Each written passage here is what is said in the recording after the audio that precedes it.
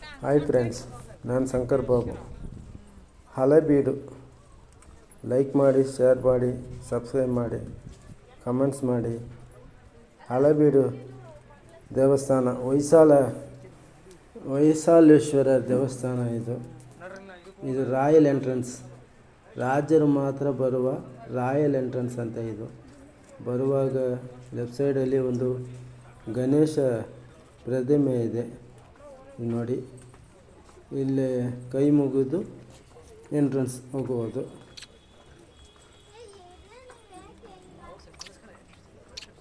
ಈ ದೇವಸ್ಥಾನದಲ್ಲಿ ಇದು ರಾಯಲ್ ಎಂಟ್ರೆನ್ಸ್ ಒಳಗೆ ಹೋದ ಮೇಲೆ ನೇರಾಗಿ ಇರುವ ಎಂಟ್ರೆನ್ಸಲ್ಲಿ ದ್ವಾರಪಾಲಕರು ನಂದಿಕೇಶ್ವರರು, ಬಿಂದಿಗೇಶ್ವರ ಎಂಬ ಎರಡು ಪಾಲಕರು ಇದ್ದಾರೆ. ಇದರಲ್ಲಿ ತುಂಬ ಸುಂದರವಾದ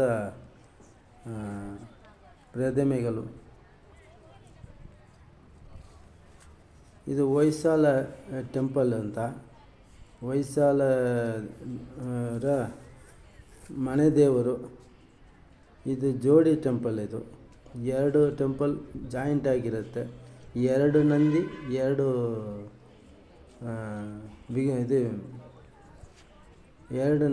ಎರಡು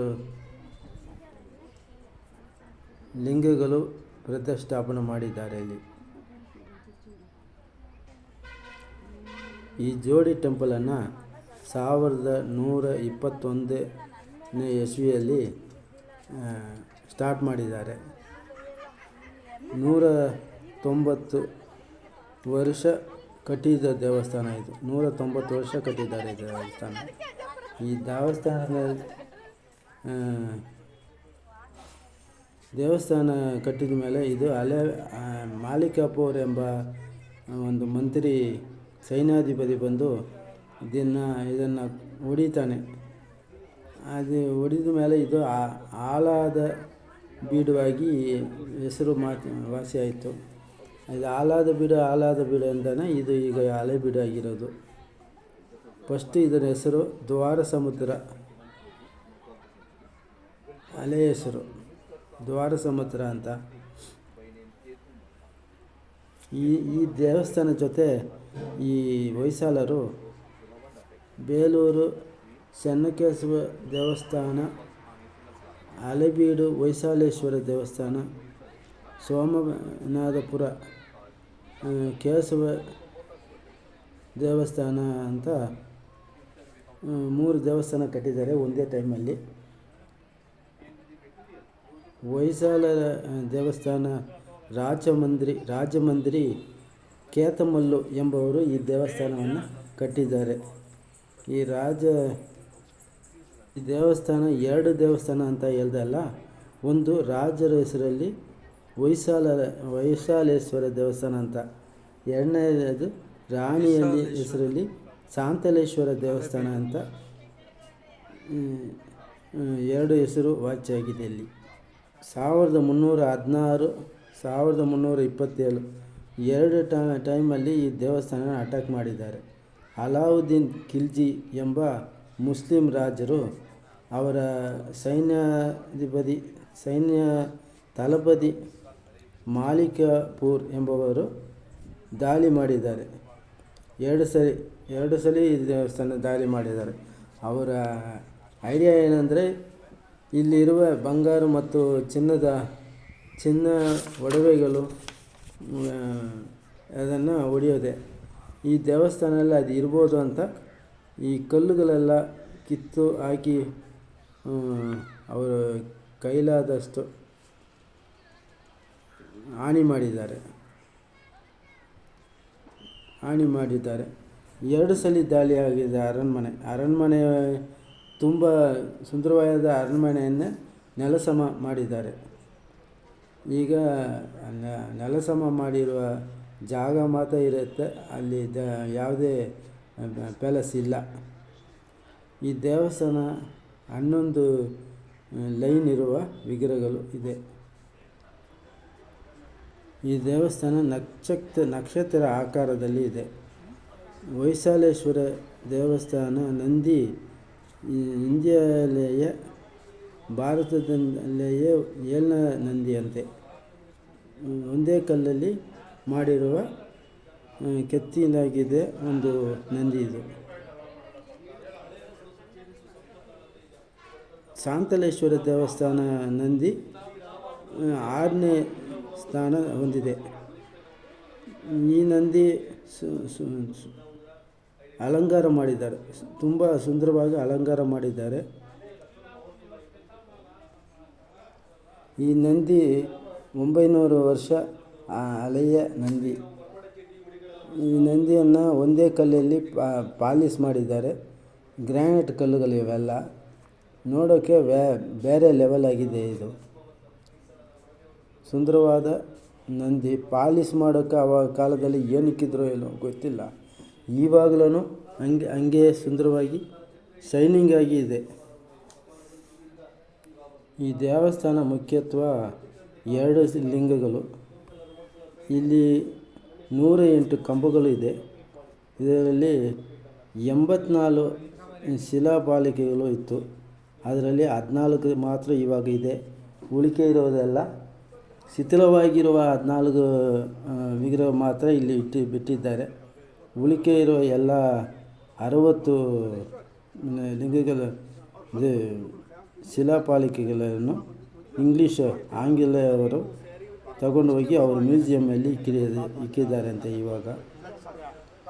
ಇವಾಗ ಹೋಗಿ ಅಲ್ಲಿ ಮ್ಯೂಸಿಯಮಲ್ಲಿ ನೋಡಿದ್ರೂ ನಮ್ಮ ಹಳೆಬೀಡು ದೇವಸ್ಥಾನದ ವಿಗ್ರಹ ಪಾಲಿಕೆಗಳು ಅಲ್ಲಿ ಇದೆ. ರಾಮಾಯಣ ಮಹಾಭಾರತ ಇತಿಹಾಸಗಳು ಎಲ್ಲ ಇಲ್ಲಿ ಗೊಂಬೆಗಳಾಗಿ ಮಾಡಿದ್ದಾರೆ. ಈ ದೇವಸ್ಥಾನದಲ್ಲಿ ಕೃಷ್ಣ ಲೀಲಾ ಇದೆ ಮತ್ತು ಈ ಸಮುದ್ರದಲ್ಲಿ ಅಮೃತ ತಂದಿರುವ ಕಥೆ ಎಲ್ಲ ಇದೆ ಇದರಲ್ಲಿ. ಗಣೇಶನ ಮುಖ್ಯತ್ವ ಕೊಟ್ಟಿರುವ ಕಾರಣದಾಗಿ ಒಂದು 2-3 ಗಣೇಶರು ಇಲ್ಲಿ ದೇವಸ್ಥಾನ ಕೆತ್ತಿದ್ದಾರೆ. ಈ ದೇವಸ್ಥಾನದಲ್ಲಿ 64 ಕಾರ್ನರ್ಸ್ ಇದೆಯಂತೆ. ಈ ದೇವಸ್ಥಾನದಲ್ಲಿ ಒಟ್ಟು 20,000 ವಿಗ್ರಹಗಳು ಕೆತ್ತಿದ್ದಾರೆ. 20,000 ವಿಗ್ರಹಗಳು. ಈ ದೇವಸ್ಥಾನ ತುಂಬ ಹಳೆಯದಾದ ಒಂದು 900-1000 ವರ್ಷ ಹಳೆಯದಾದ ದೇವಸ್ಥಾನ. ನೋಡೋಕ್ಕೆ ಅಷ್ಟೇ ಸುಂದರವಾಗಿದೆ. ಸ್ವಲ್ಪ ಕೆಲವು ಜಾಗದಲ್ಲಿ ಇವರು ಫಿನಿಷ್ ಆಗೋಕ್ಕೆ ಮುಂಚೆನೇ ದಾಳಿ ಆಗುವಾಗ ಇರುವ ಶಿಲ್ಪಿಗಳನ್ನು ಕೊಂದಿದ್ದಾನೆ ಈ ಮಾಲಿಕ್ ಕಫೂರ್ ಅಂತ ಸೈನ್ಯಾಧಿಪತಿ. ಅದಕ್ಕೆ ಕೆಲವು ಜಾಗದಲ್ಲಿ ಫಿನಿಷ್ ಆಗಿಲ್ಲ ದೇವಸ್ಥಾನ. ಹಂಗೆ ಅರ್ಧ ಕೆಲಸ ಮಾಡಿಲ್ಲ. ತುಂಬ ಸೂಕ್ಷ್ಮವಾದ ವಿಗ್ರಹಗಳು ಇಲ್ಲಿ ನೋಡಿ. ಮೇಲೆ ಅದು ಹೆಂಗೆ ಕೆತ್ತಿ ಅಲ್ಲಿ ಹೆಂಗೆ ತಗೊಂಡೋಗಿ ಇಕ್ಕಿದ್ದಾರೋ ಗೊತ್ತಿಲ್ಲ. ತುಂಬ ಒಳ್ಳೆಯ ದೇವಸ್ಥಾನ.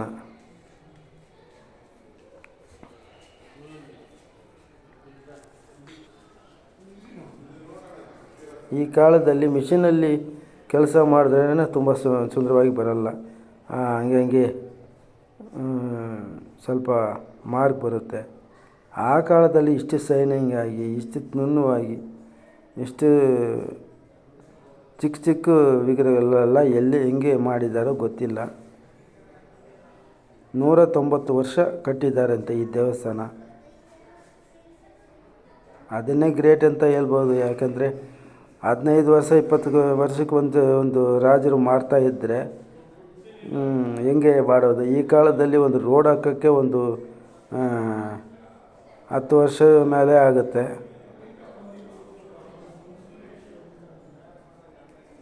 ಆ ಕಾಲದಲ್ಲಿ ರಾಜರು ಹೆಂಗೆ ಮಾಡಿದ್ರೋ ಗೊತ್ತಿಲ್ಲ ನೋಡಿ.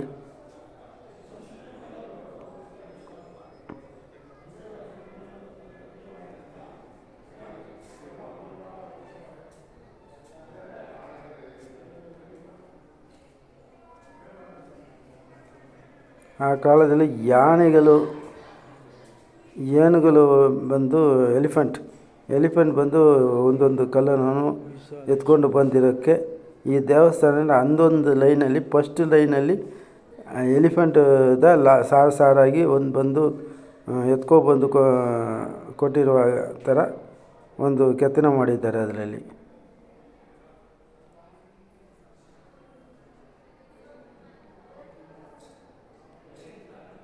ನೋಡಿ, ದ್ವಾರಪಾಲಕ ವಿಗ್ರಹನೇ ಹೆಂಗಿದೆ ನೋಡಿ.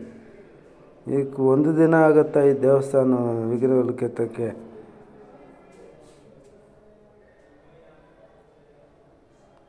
ಇದರಲ್ಲಿ ಆನೆ ಲಿಂಗ ಶಾಂತಲೇಶ್ವರ ಸ್ವಾಮಿ.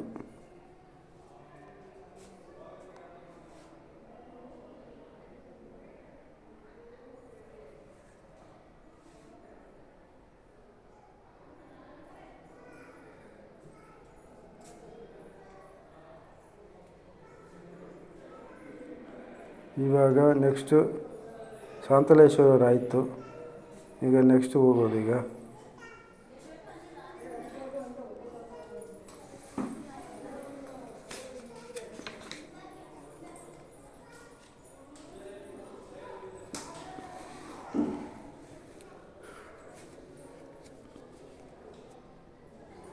ಒಂದು ಮಾತಲ್ಲಿ ಹೇಳೋಕ್ಕಾಗಲ್ಲ ಇಷ್ಟು ದೇವಸ್ಥಾನ. ಈ ವಿಗ್ರಹಗಳ, ಈ ಕಂಬಗಳು ನೋಡಿ, ಒಂದು ನೋಡಿದ್ರೆ ಒಂದು ನೋಡೋಕ್ಕಾಗಲ್ಲ, ಆ ಥರ ಇರುತ್ತೆ. ಗಾಳಿ ವಾತಾವರಣ ಬರೋಕ್ಕೆ ನೋಡಿ, ಕಲ್ಲಲ್ಲೇ ಕಿಟಕಿಗಳಿಟ್ಟಿದ್ದಾರೆ.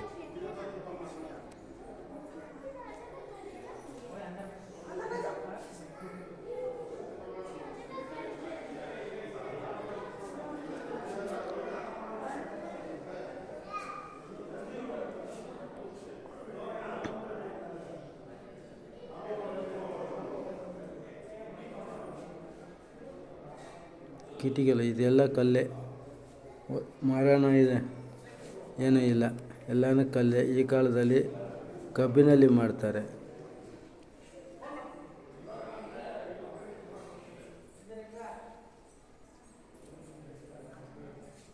ಇದು ಹೊಯ್ಸಳೇಶ್ವರ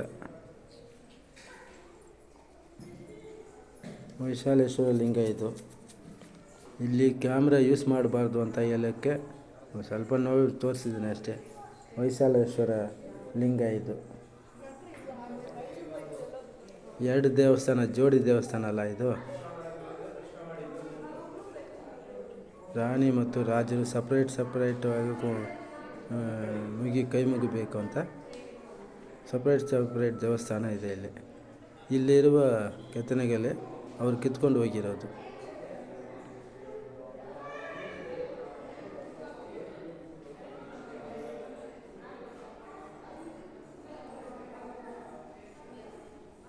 ಹೊಯ್ಸಳರ ಮನೆದೇವರು.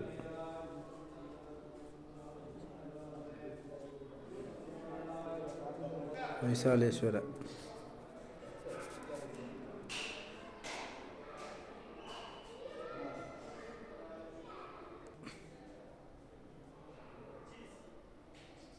ಬೆಳಕು ಮತ್ತು ಗಾಳಿ ಬರುವಕ್ಕೆ ಕಿಟಕಿಗಳು ಕಲ್ಲಲ್ಲಿ.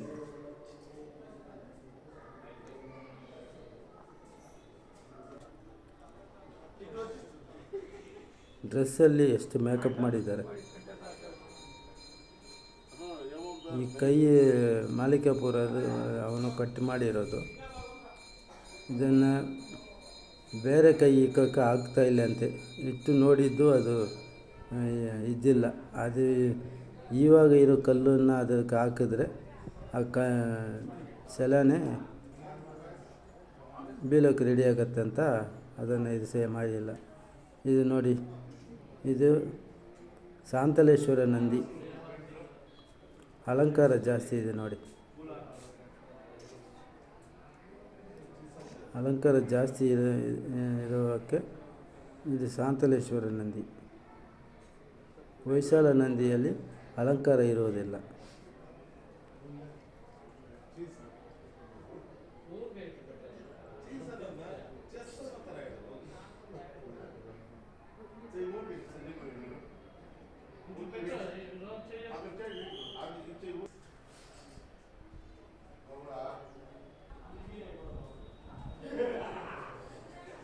ಶೈನಿಂಗ್ ನೋಡಿ, ಆ ಕಾಲದಲ್ಲಿ ಗ್ರಾನೈಟ್ ಇಷ್ಟು ಶೈನಿಂಗ್ ಮಾಡೋಕ್ಕೆ ಏನು ಮಾಡಿರ್ತಾರೋ ಗೊತ್ತಿಲ್ಲ.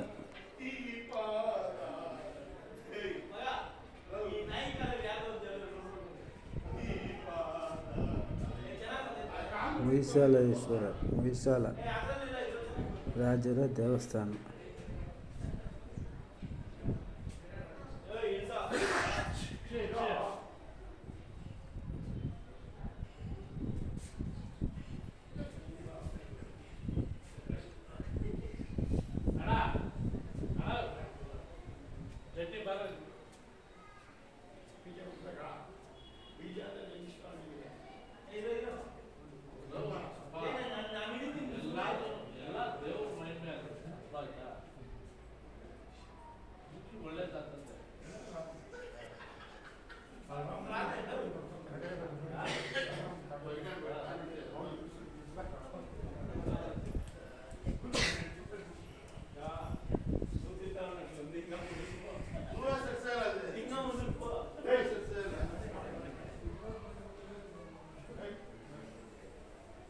ತುಂಬ ಸುಂದರವಾದ ವಿಗ್ರಹಗಳು ಅಲ್ಲಿರೋದು.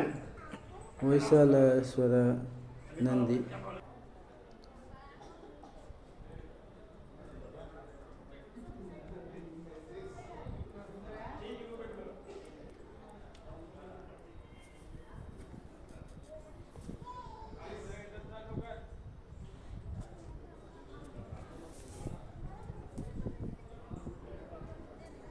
ದೊಡ್ಡದಾದ ಗೋಪುರ ಇರುವುದಿಲ್ಲ ಇದರಲ್ಲಿ. ಎಲ್ಲ ಏನಿದ್ರೂ ರೆಡಿ ಮಾಡಿ ಜೋಡಣೆ ಮಾಡಿರೋದು ದೇವಸ್ಥಾನ.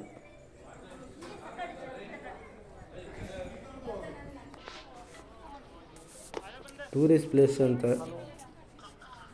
ಇದು ಗೌರ್ಮೆಂಟ್ ಸೈಡಲ್ಲಿ ಇರುತ್ತೆ. ಗೌರ್ಮೆಂಟ್ ಅವರು ಇದನ್ನು ನಿರ್ಮಾಣ ಮಾಡಿದ್ದಾರೆ. Thank you friends.